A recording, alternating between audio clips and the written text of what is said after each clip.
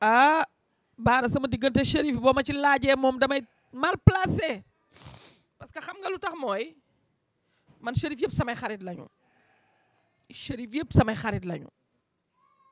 Chérif yëpp a ma bëgg cheikh na cheikhu Cheikh Saad Bou Abi yi ñëpp a ma bëgg cheikh na Cheikh Saad Bou Abi yi ñëpp a ma bëgg Chérif yëpp a ma bëgg rawatina nag Chérif yi parce que boo duggee kër Cheikh Abdou Aziz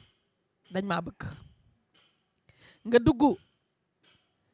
kër Cheikh Mohamed Fadel waa kër Chérif waa kër ñoom Alwalid Maana Ndiaye Chérif Alwalid Maana Ndiaye ku ne xam na ne moom taalibu Cheikh na jënn jëmm lañ benn xol lañ jëmm jee leen tàqale lu amul seede dafa neexul Cheikh Mahfouz Ansar kenn demul mu def Chérif Alwalid bul Cheikh Qutub baara damay arrêté lim bi ndax su ma limee mën nañ maa mere waaw boo demee Ngumba Ngeewul Baye Sayer Diop sama xarit la sama papa la sama lépp la xam nga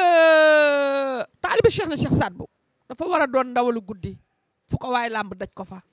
man ku ma toogal rek nga defe ni moom laa gën a bëgg xam nga nu ma leen di xoolee Cheikh na Cheikh Saad Bou bi moom laa leen di xoolewu ma leen dara waa kër Cheikh na